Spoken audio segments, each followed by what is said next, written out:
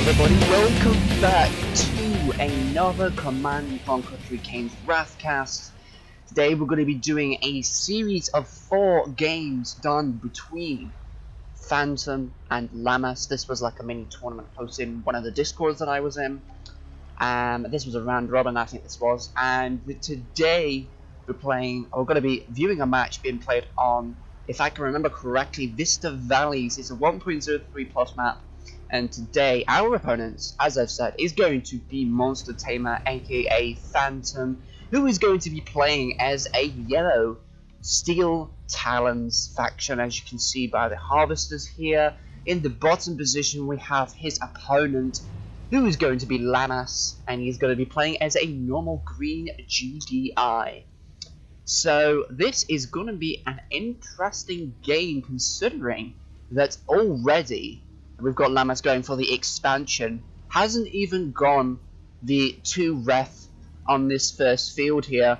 Gone immediately to airfield. So it's going to be an air orc rush, which you don't often see. Especially a little bit weird considering this is a rather big map.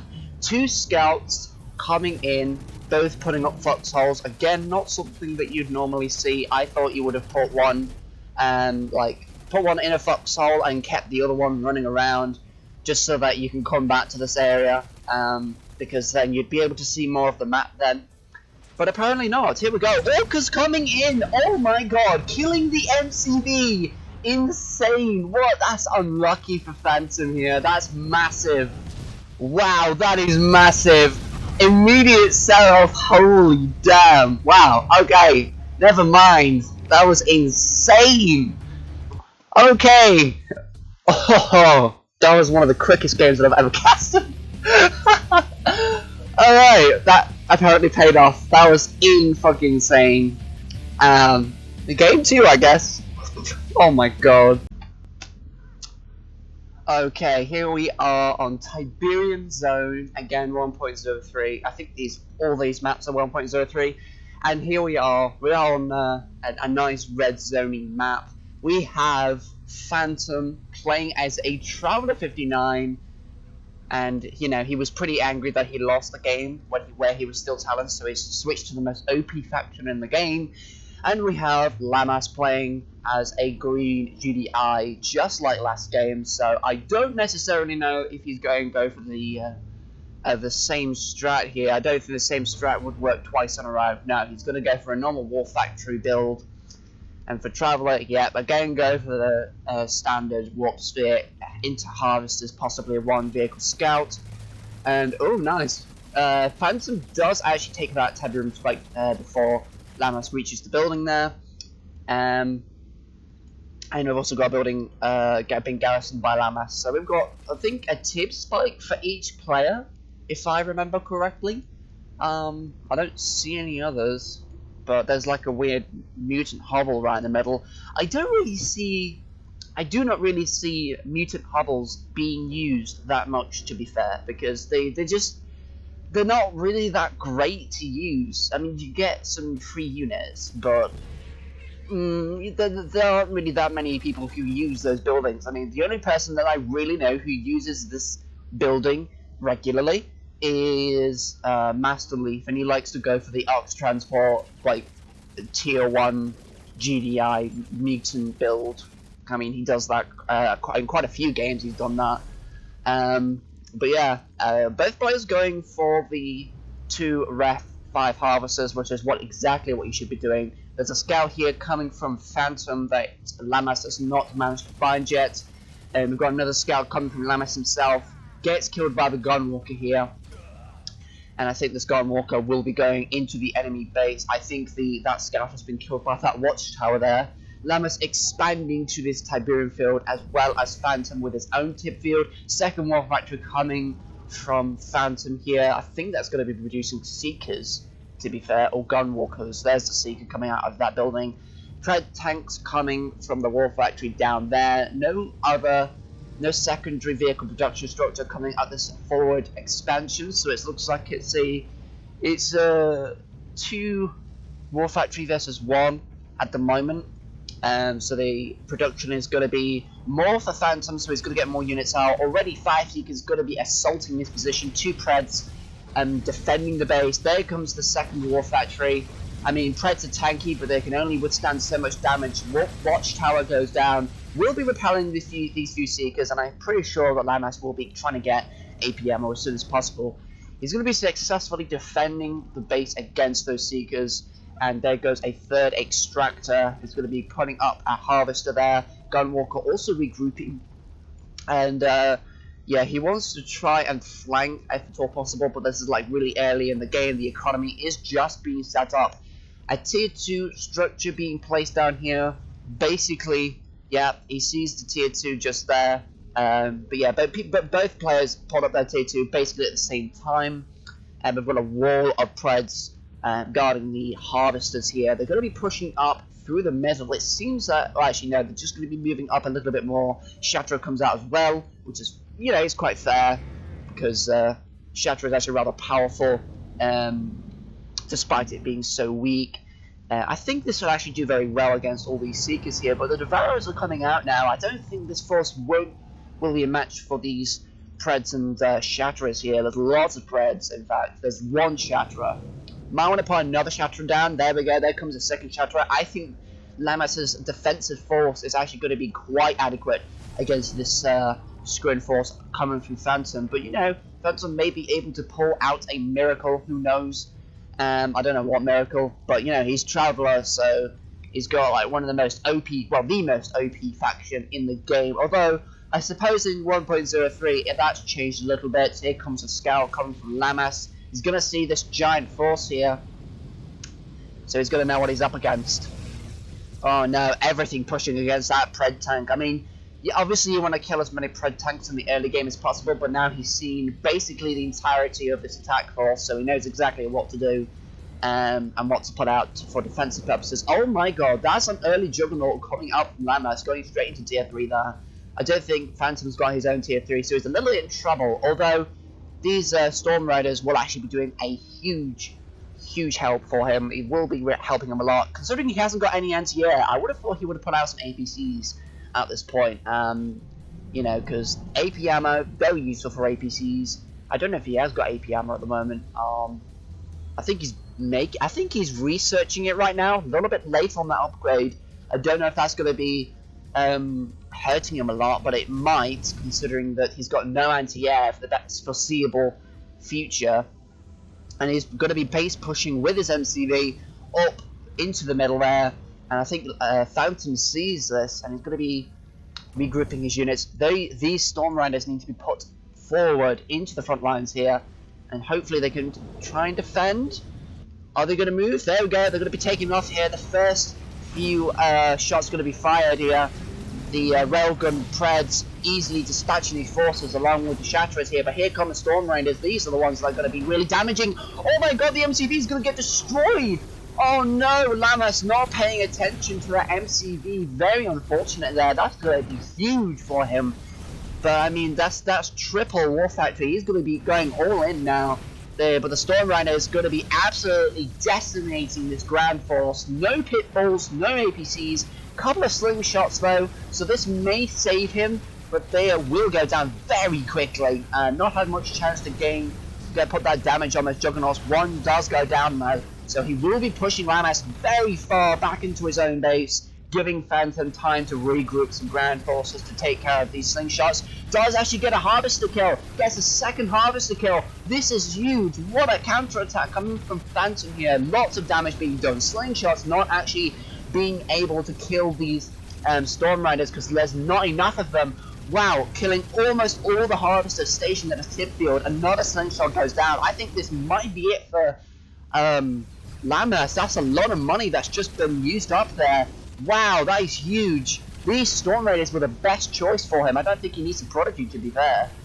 Again, we've got the Harvesters being killed here. More slingshots being killed. That's a huge amount of money he's just used up there. I think that might be it for Lamas, to be fair. That is huge. That MCV loss was very hurtful, but he just can't get those slingshots out. I mean, he should just try and build an AA battery, but obviously because the MCV was just destroyed, that's it. Wow, what a counter-attack coming from Phantom there. Absolutely destroying him. Very big mistake not to make any APCs there, and was a bit late with the upgrade.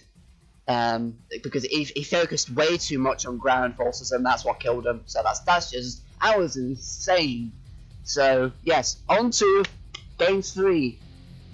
Oh man, it's game 3 between Phantom and Lamas. We are on Bambleweeds 1.03, and we have a lot of scouts going through the middle of the map. A lot of them getting killed there. Foxhole having to be placed or by Phantom, but we have Phantom in the bottom left playing as a pink GDI, and then we have in the top right Lamas playing as a green GDI. So I think he's now, he says it. I mean, it's a 1-1.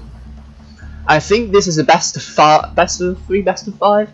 Yeah, best of 5. One of them has to win 3 games.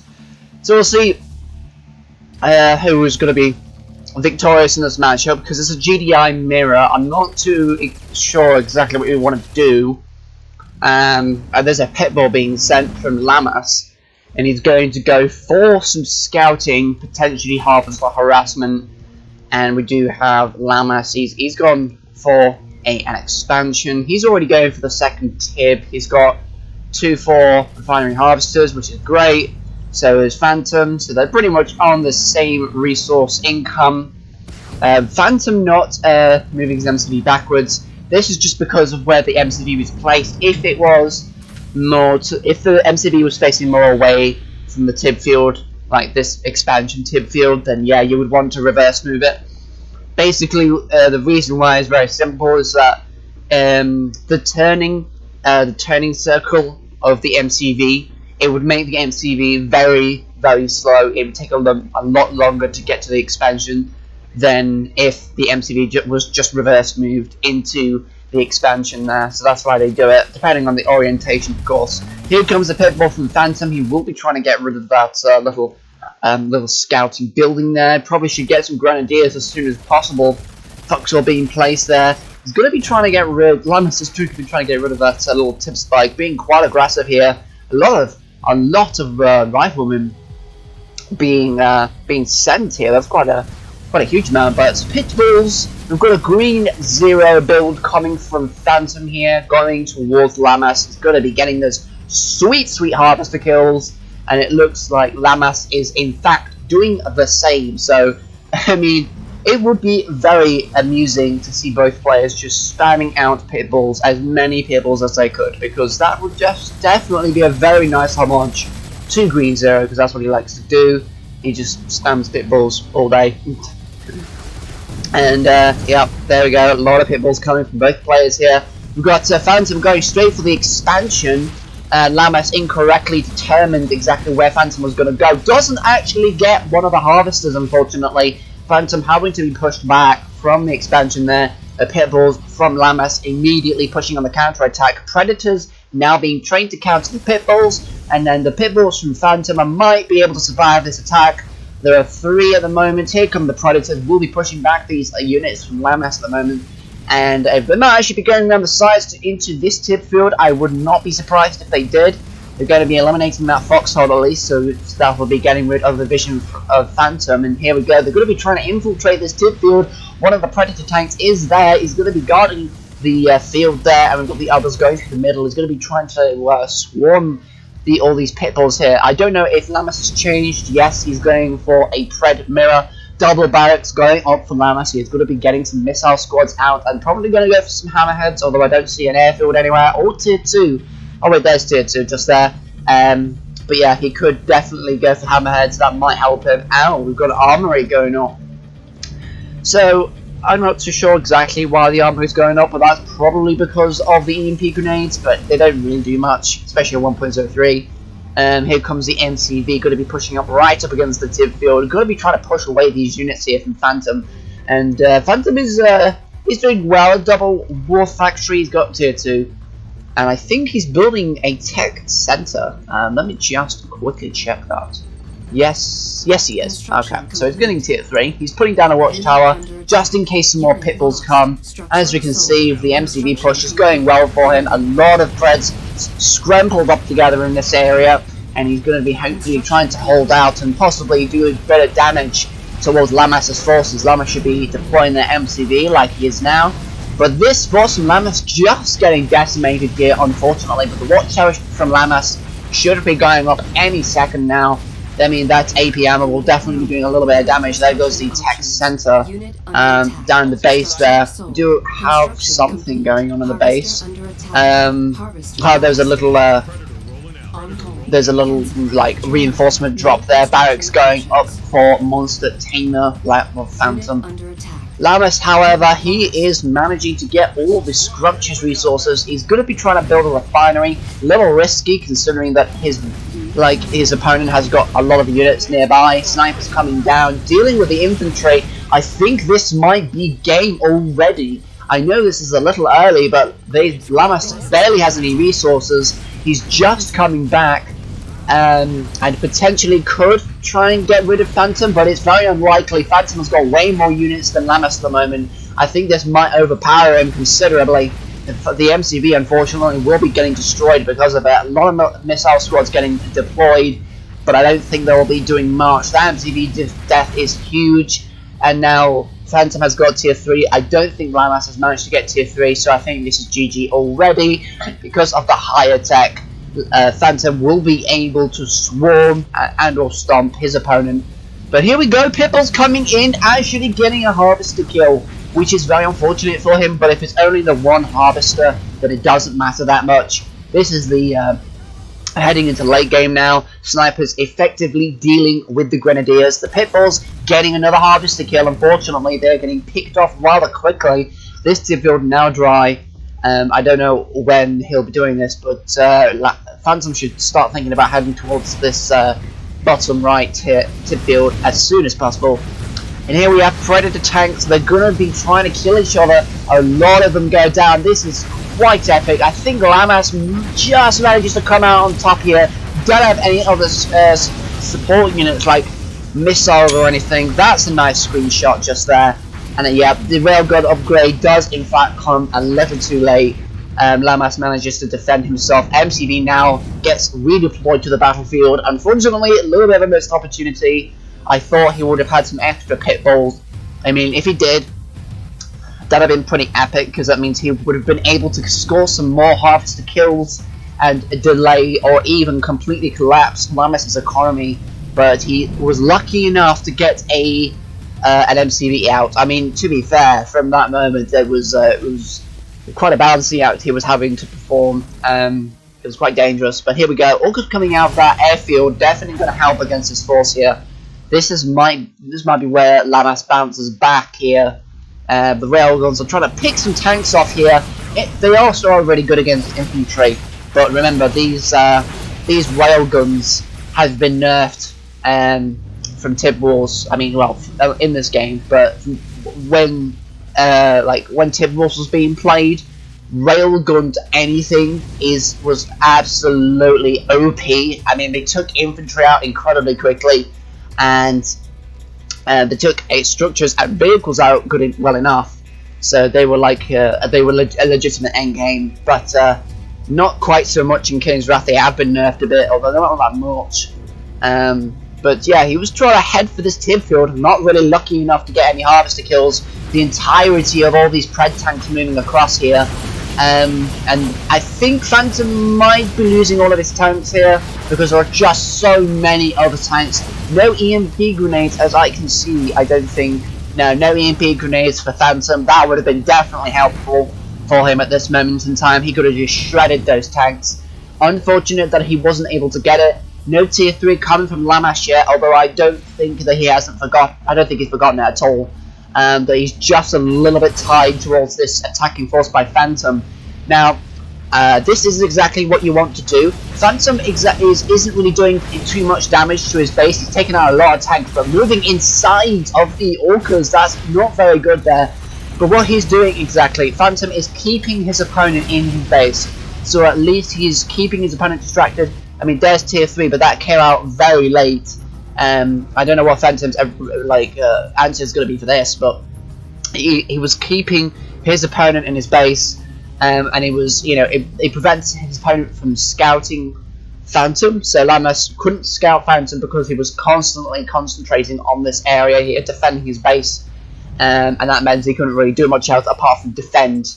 So he was putting all that money into defending the base instead of just attacking his opponent. So that's exactly what you want to do when you're playing PvP games. That was a very good play there. Augurs have disappeared though. I'm probably sure he's going to go for the harvesters. Yes, there's a slingshot. Gets absolutely destroyed. One harvester unfortunately goes down. That was a full load. Oh wow, another one just survives that. That's insane. Slingshot's coming out. Doesn't actually manage to get the last Orca there, but 3 Orcas is pretty good. He also sees the flare there from the bombing strike. Nicely just casually moves the harvesters out the way before, until after it's landed. So yeah, that can be good, but generally it's a waste of money considering that it relies on the opponent being not really being that observant. But with these players, they'll both be very observant on the battlefield, and it's usually a waste of money. I think it's like, what was it, 1,500, 2,000 credits for one bombing strike, and then you got things like shockwave artillery and orbital bombardment. But I don't think either player has in fact got the structure needed to do that. Do have a barracks going up, still more pretense being made by Phantom here. Not really. I mean, I don't know exactly if he's like constrained to building tanks here. Harvesters are going to be chipped off though. I mean, these Orcas are definitely going to be very valuable now. We're in the late game.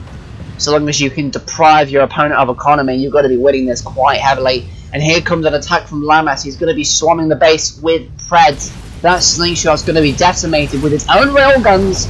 I'm not sure if Phantom's going to survive this one. He's quite spread. He's quite thinned out. Oh, here comes a shockwave artillery as well, powering down the barracks and the war factory. This might be it for Phantom. He's got nothing he can do against this force now. He's dry on tip and he's quite spread out. So I think that might be it for him. I mean, he's making a last line of defense, getting loads of missile squads out, but I don't think that will be enough, considering he didn't have a barracks there already. A couple of watchtowers go up, but the construction yard gets destroyed, and the power plant also suffers some damage as well, powering down all the defences here. The missile squads quickly racking up, but unfortunately they will get destroyed, and there is the quit from Phantom. So Lamas does win that very easily. Not very easily, but at least that was quite a sweeping victory there. So here we go. I think I know where this is going to go. Lamas is going to be the victor in these games, but we're going to be going on to the 4th and last game of this video, and I will see you in a second. Here we are, everybody, the last match of this video. We are on Tournament Odyssey, and today I present to you Phantom, who is going to be playing in the top position as a purple marked of Kane, and his opponent, which is going to be Lamas, playing as a green black hand. And I think, to be honest, this is one of the better matchups. I always like seeing the sub-factions fight over one another. And Tournament Odyssey is quite an interesting map. I do like the layout of this. It's one of my more recommended PvP maps. You've got the 2 tib spikes near the base there, and you've got 6 fields, and 3 for each player. So yeah, we've got marked of Kane v Black Hand. There's not too much I can say on here, but I think obviously we've got the early game strength of the marked of Kane with their EMPs, and they're generally good against infantry, but because it's against Black Hand, it's not going to be quite as easy to dispel them from the battlefield. Here we go, we've got a scout coming from Lamas. He's going to be getting a view on the base there. Here comes a shredder turret. Does indeed manage to nicely keep the refinery powered down while that was built, because if that was built and the refinery was not powered down, then the entire base would be on low power, and that would be very bad for him. So now this is at this point they should be going for an expansion, but he's still staying in base, probably just getting some extra power there. He's going to be a little bit late on an expansion. I don't know how different that will make the entire experience, because you know he's going to be a little bit behind he's not going to be able to catch up as quickly. But depending on what he does, we might see some comeback or something. They shouldn't be too serious, but you know, I don't know. We've already got a power plant coming up, and Lamas is gonna get a refinery, and we've got the MCB from Phantom now going to be deploying at that tip field. But the bikes are going to come in and going to take care of that one Scorpion tank. Quite unfortunate there, and an EMP miss from the Awakened squad there, from that Soul structure, whatever it was. But the bikes will be quickly regrouping and probably pressuring the harvesters, which is what you should be doing. No buggies joining with that though. But the thing is, it's going to be more micro intensive because of the EMPs. You want to split your units up so that you don't have a big clump of units getting EMP'd and then they just get picked off by the others, like other anti-vehicle units. You see, we've got infantry, various amounts of units surrounding this tip field, but Lamas may not even go for that tip field. As you can see, we see that the attack bikes are going to be going for the spawn area tip field, but we do even have some infantry units stationed there, so that's not too bad. He's not neglecting that area, and we do have a buggy joining along with these 6 attack bikes. Let's see how he does. So he's going to pummel into these infantry units. He does actually manage to get away just before they fire, and he's not actually going to be getting any hits off. I mean, there are many infantry squads, but the attack bikes are obviously going to be very weak. They are really powerful in like groups of 6, and they're very fast, but they're very weak as well. He's going to be immediately heading towards the expansion, and the units here are going to catch them as well. One of them almost going down. One hit on the harvester at the expansion there, but nothing too horrendous. But oh my god, this harvester almost getting killed. Another EMP missed by Phantom. It's going to be really difficult to try and EMP these units, especially if someone micros them well. It's a very difficult thing to do. And tier 2 coming up for Lamas. He might get some flame tanks out. I would not be surprised. He's put a lot into tier 1, but if he can keep the tier 1 alive, it'll be a nice distraction to lure some units away. Oh, nice dodge as well. Beautiful micro coming from Lamas. Another harvester down as well. Yeah, as I was saying, if these tier 1 units can be kept alive, he'll be able to micro them around and draw some ground units away. Well, he sneaks a flame tank over the other side and potentially does a lot of damage. But I'm not sure if that's exactly what he's going to do. But he's Blackhand, so he could. There isn't any secret shrine, so there's no purifying flame yet. There is a tech center though, so he might be getting some beam cannons or maybe some purifiers. But purifiers aren't really that great in the PvP scene, and beam cannons usually, if you're going into the late game, aren't really that effective unless you're out of resources. But at the moment, it's bike buggy spam all the way, and we've got buggies being trained. I think is this bike buggy coming from Phantom as well? No, we've got a lot of infantry being trained. Enlightened coming out. Enlightened aren't a unit that you normally see. And when people are doing PvP, Enlightened are not really used that much, considering you can just make rocket scores for anti-infantry. But oh my goodness, that is huge. Here we go. We've got loads of Raider buggers coming off. Here comes a one-click. Damn, that's quite horrible. That's quite a horrible economy destruction there. Loads of bike buggy coming in. That's going to be shredding the economy here. And that's a sell-off coming from Phantom. Wow, that was too easy. Too easy, man. Just bike buggy. Didn't even need to go black flame tanks or anything. Little disappointing that Phantom was defeated that easily. But Lamas does actually come out on top.